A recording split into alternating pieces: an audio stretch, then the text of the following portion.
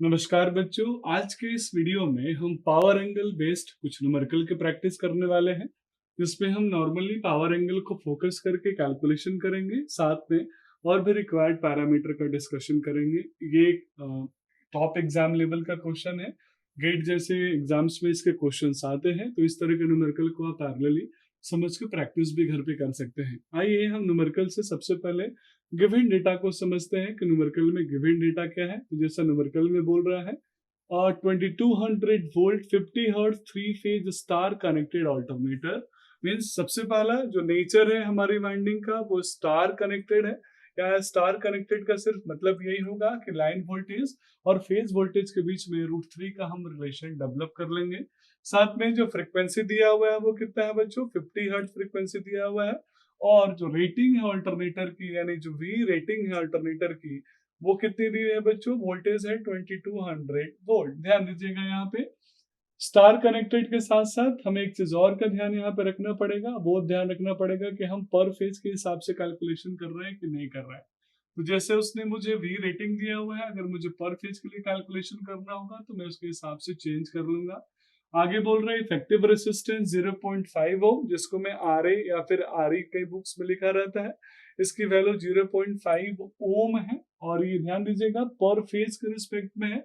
तो आगे मुझे सारे कैलकुलेशंस फेज के हिसाब से ही करने पड़ेंगे या फिर मुझे इसको कन्वर्ट करना पड़ेगा।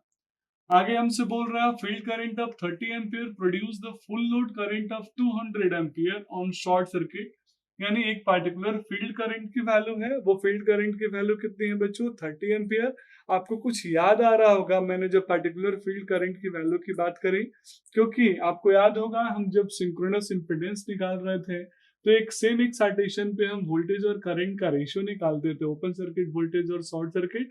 तो उसी के हिसाब से ये डेटा दिया हुआ है। हमें 200 वोल्ट बोल रहा है उसका रेटेड जो करंट है शॉर्ट सर्किटेड का, साथ में वो हमें वोल्टेज भी देगा। और लाइन टू लाइन लोड वो जो वोल्टेज हमें दिया हुआ है बच्चों, वो भी हमारे पास मेंशन्ड है, वो है 1100 वोल्टेज। यानी वीओसी जिसको हम लाइन वोल्टेज यहाँ पे बोल सकते हैं, वो 1100 वोल्ट है। साथ में बच्चों पावर फैक्टर की वैल्यू दिया हुआ है, power factor equal to cos phi, और cos फाइव की वैल्यू दी हुई है 0.8। एज पर नीड हम इसका कन्वर्जन कर लेंगे। cos फाइव दिया है तो हम sin फाइव भी निकाल लेंगे। और लोड का बच्चों ध्यान दीजिएगा जो नेचर है वो कैसा है, लैगिंग है, यानी लैग लोड है। तो आप ऑलरेडी फेजर डायग्राम ड्रॉ करना सीख चुके हैं लैगिंग, यूनिटी और लीडिंग पे। तो आप लैगिंग के लिए फेजर डायग्राम जरूर ड्रॉ करेंगे इस न्यूमेरिकल को करते समय, ताकि आप बेसिक इक्वेशंस को आसानी से कोरिलेट कर सके। हमसे जो बोल रहा है कैलकुलेट करने को, सबसे बोल रहा है कैलकुलेट, सबसे पहले हमसे पूछ रहा है calculate power angle of alternator, यानी डेल कैलकुलेट करना है। और साथ में वो बोल रहा है शॉर्ट सर्किट रेशियो कैलकुलेट करना है, एससीआर। और डेल जो कैलकुलेशन करने के लिए बोल रहा है उस समय cos फाइव की वैल्यू वो हमसे बोल रहा है 0.8 रखना है। और दूसरा वो शॉर्ट सर्किट रेशियो बोल रहा है कैलकुलेट करके वैल्यू बताए हैं। तो आइए जो गिवन डेटा है बच्चों, उस गिवन डेटा के हिसाब से हम अपने वैल्यूज को स्टार्ट करते हैं कैलकुलेट करना। सबसे पहला हम जो फेज वोल्टेज है उसको कैलकुलेट करेंगे बच्चों। तो फेज वोल्टेज मैं निकालूंगा, और यहाँ फेज वोल्टेज को मैं वीपी लिखूं या वीपीएच लिखूं या वी लिखूं, प्लीज डोंट बी कंफ्यूज। तो जो वी है वो होगा लाइन वोल्टेज बाई √3, क्योंकि स्टार कनेक्टेड है बच्चों। और आप देख पा रहे हैं रेटिंग कितनी है स्टार कनेक्टेड लाइन वोल्टेज की, दैट इज इक्वल टू 2200। तो 2200 डिवाइडेड बाई, जैसे आप √3 करेंगे आपकी वैल्यू मिल जाएगी 1270.2 वोल्ट।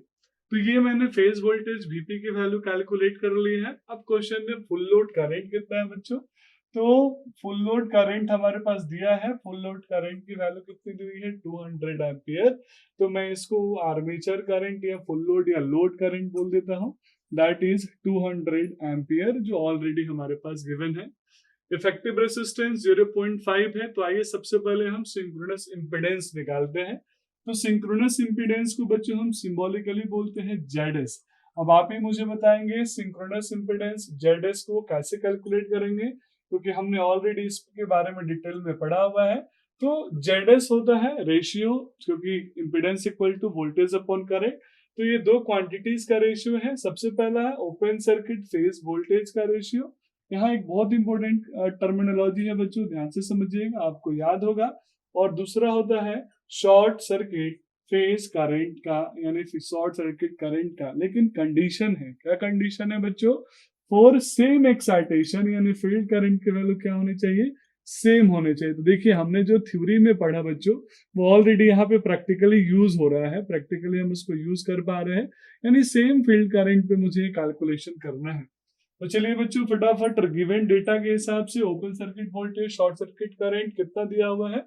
तो एक पर्टिकुलर फील्ड करंट 30 एम्पियर पे जो ओपन सर्किट वोल्टेज है लाइन का वो दिया हुआ है 1100, स्टार कनेक्टेड है, मुझे फेज में कन्वर्ट करना है तो डिवाइडेड बाय मैं √3 कर दूंगा, तो 1100 बाय √3। और करंट शॉर्ट सर्किट कितना दिया बच्चों 200 एम्पियर, तो फाइनली ये वैल्यू आ गई 3.175 ओम। तो देखिए यहाँ जेडएस यानी सिंक्रोनस इम्पीडेंस की वैल्यू आ गई 3.175 ओम। इसको आप मेंशन स्टार बना के मेंशन कर लीजिए क्योंकि एक इम्पोर्टेंट पार्ट है।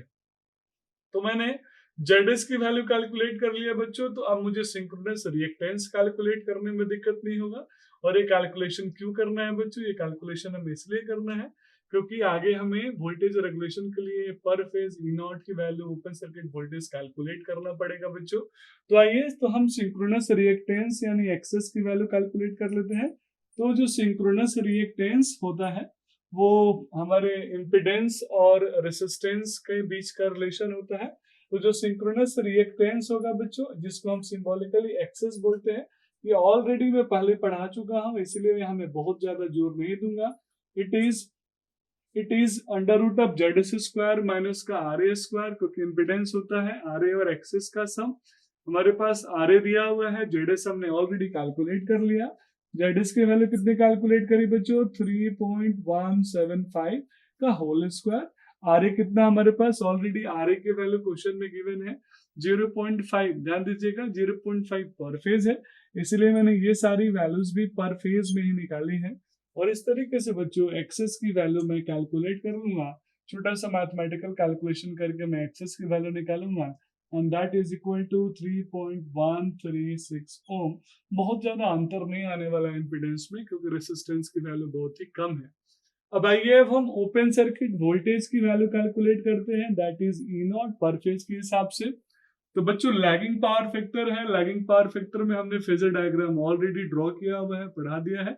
यहाँ मैं दोबारा फेजर डायग्राम टाइम लिमिटेशन की वजह से नहीं कर पाऊंगा, तो आप जरूर उस वीडियो को रिफर करके उस कंसेप्ट को एक बार इस इक्वेशंस को रिकॉल कर लीजिए। इक्वेशन आई होप आपको याद हो गया होगा, वो इक्वेशन था v cos phi plus IA RA का होल स्क्वायर, साथ में दूसरा कंपोनेंट था v sin फाई, तो v sin फाई प्लस का IA एक्सेस का होल स्क्वायर। एक इसके लिए था बच्चों लैगिंग पावर फैक्टर के लिए था, और लीडिंग पावर फैक्टर में माइनस आ रहा था, और यूनिटी पावर फैक्टर में हमारे पास जो कॉस और साइन वाली वैल्यू थी, साइन वाली वैल्यू थी वो चेंज हो गई थी।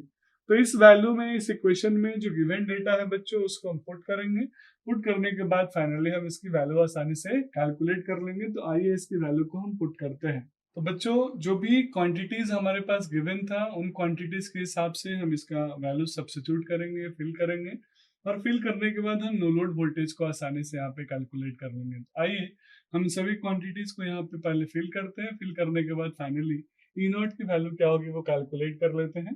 तो हमारे पास 2200 वोल्टेज था, लाइन वोल्टेज, जिसको हमने फेज में कन्वर्ट किया था। तो फाइनली जो V की वैल्यू आई थी वो आई थी 1270.2। अब इसके साथ मेरे पास cos फाई, तो cos फाई ऑलरेडी गिवन है इंटू 0.8, क्योंकि पावर फैक्टर 0.8 हमारे साथ शेयर्ड ही था, तो हम इसको यहाँ पे ले लेंगे बच्चों, ध्यान दीजिएगा। साथ में IARA का ड्रॉप है, मैं यहाँ कंसिडर कर रहा हूँ, कुछ न्यूमेरिकल्स में हम इसको नेग्लेक्ट भी कर लेते हैं। तो IA की वैल्यू कितनी है 200 और RA की वैल्यू है 0.5, तो ये वैल्यू यहाँ पे मैंने ले लिया। अब इसका स्क्वायर है बच्चों, ध्यान दीजिएगा, तो स्क्वायर कर दूंगा। फिर सेम यहाँ पे V cos फाई था तो V sin फाई, V की वैल्यू है 1270.2।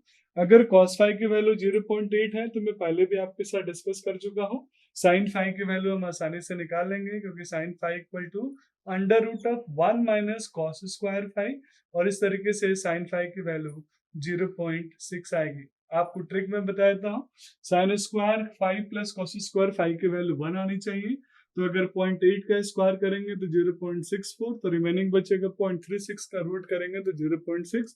तो अगर साइन फाई 0.8 होगा तो cos फाई 0.6 होगा, और अगर cos फाई 0.8 होगा तो sin फाई 0.6 होगा। आप ये वैल्यू हमेशा के लिए याद रखेगा। तो यहाँ इसकी वैल्यू होगी इंटू 0.6। साथ में बच्चों मेरे पास दूसरा जो क्वांटिटी है that is IA X S. IA की वैल्यू ऑलरेडी 200 है और एक्सेस की वैल्यू मैंने कैलकुलेट कर लिया है, दैट इज 3.136। तो इन सबका मैं स्क्वायर कर लूंगा बच्चों यहाँ पे, और इसका रूट लगा दिया। तो ई नॉट की वैल्यू ऐसे मैं कैलकुलेट कर लूंगा। तो कैलकुलेशन के बाद बस कैलकुलेटर में अब ब्रैकेट के हिसाब से कैलकुलेट कर लेगा। बहुत सारे बच्चे यहाँ पे मिस्टेक कर देते हैं। तो वैल्यू जो आ रही है वो आ रही है 1782 वोल्ट। ई नॉट की वैल्यू मैंने निकाल दी है बच्चों। अब मुझे फाइनली पावर आउटपुट के रिस्पेक्ट में देखना है कितना पावर आउटपुट आ रहा है। तो चलिए हम मेंशन कर लेते हैं पावर डेवलप्ड या पावर आउटपुट पर फेज। तो पावर आउटपुट पर फेज निकालने के लिए बच्चों हमें सिंपल सा फॉर्मूला यूज करना पड़ेगा, and that is equal to BI cos phi. तो मैं यहाँ लिख देता हूँ पर फेज P पर phase, that is VP IP cos phi. आप नहीं भी लिखेंगे तो भी आपको समझ में आ जाएगा। हम पर फेज की बात कर रहे हैं तो VP IP ही करेंगे।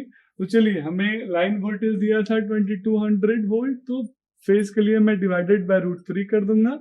करंट का तो वैल्यू स्टार में सेम ही होता है, लाइन हो या फेज हो, तो 200, और cos फाई की वैल्यू 0.8 दिया हुआ है। इस तरीके से बच्चों मैं यहाँ पर फेज पावर की वैल्यू निकाल लूंगा, जो आ रहा है 203,227 वाट। अब हम चाहे तो इसको किलोवाट में कन्वर्ट कर सकते हैं। तो बच्चों हमने P की वैल्यू कैलकुलेट कर लिया। अब मुझे फाइनली क्या कैलकुलेट करना है, एंगल, यानी 10 डेल की वैल्यू में मुझे डेल की वैल्यू कैलकुलेट करनी है। तो बच्चों अगर मैं सैलिएंट और सिलेंड्रिकल यहाँ पे मेंशन नहीं है, तो जैसा कि यहाँ पे टू रिएक्शन थ्योरी के कंसेप्ट का यूज नहीं कर रहा हूँ, ध्यान दीजिएगा बच्चों। तो सिलेंड्रिकल के रिस्पेक्ट में न्यूमेरिकल है, तो सिलेंड्रिकल के लिए अगर मैं पावर डेवलप्ड का इक्वेशन लिखूं, आपको याद होगा जब मैंने टू रिएक्शन थ्योरी को ध्यान में रखते हुए सैलिएंट के लिए डेवलप किया था, उसी समय हमने सिलेंड्रिकल के लिए बात कर ली थी। तो पीडी की जो वैल्यू होगी that is E naught V upon X D को मैंने एक्सेस बोल दिया था इनटू साइन डेल। ध्यान दीजिएगा, इसमें हमने लॉसेस को क्या कर दिया है, नेग्लेक्ट कर दिया है, यानी नेग्लेक्टिंग लॉसेस। ये सबसे इंपॉर्टेंट है क्योंकि इक्वेशन थोड़ा सा कॉम्प्लेक्स हो जाता है और लॉसेस इतनी कम होती है कि उनका बहुत ज्यादा इम्पेक्ट हमारे ऊपर नहीं पड़ता। तो यहाँ से बच्चों साइन डेल की वैल्यू मैं निकाल लूंगा। साइन डेल की वैल्यू के लिए मैं यहाँ सब सफलिंग करूंगा PD इंटू एक्सेस। ध्यान दीजिएगा बच्चों, PD into X S divided by E naught into V। मेरे पास साइन डेल आ जाएगा बच्चों, तो डेल भी आ जाएगा। तो इन सभी वैल्यूज को आप यहाँ पे सब्स्टिट्यूट कर दीजिए। तो यहाँ से डेल की वैल्यू आ जाएगी साइन इनवर्स, और इन सभी वैल्यूज को यहाँ पे आप सब्स्टिट्यूट कर लीजिए बच्चों।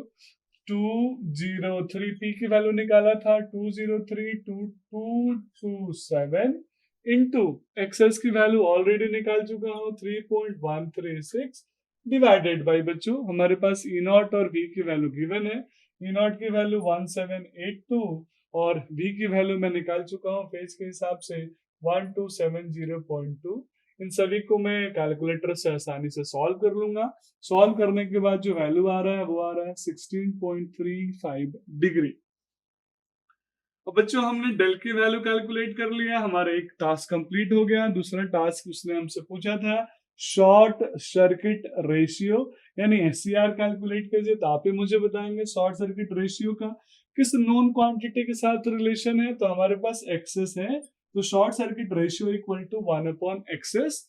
आप मुझे बताएं एक्सेस की वैल्यू कितनी है 3.136 और 1/3.136 की वैल्यू कितनी आएगी 0.319, और ये हमारा दूसरा आंसर हो गया। तो इस तरीके से दो क्वांटिटी जिसने मुझे बोली थी कैलकुलेट करने की, वो दोनों के दोनों मैंने कैलकुलेट कर लिया।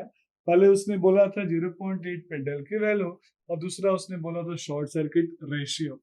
तो बच्चों इस तरीके से ऐसे न्यूमेरिकल्स को हम प्रैक्टिस कर सकते हैं। जैसे इस न्यूमेरिकल को हमने सिलेंड्रिकल को ध्यान में रख के किया। अगर इसी न्यूमेरिकल में मुझे सैलिएंट पोल अगर मशीन बोलता है तो हम सैलिएंट पोल मशीन के पावर के फार्मूला को हम यहाँ पे यूज कर लेते हैं। That's all about this video. Thank you so much.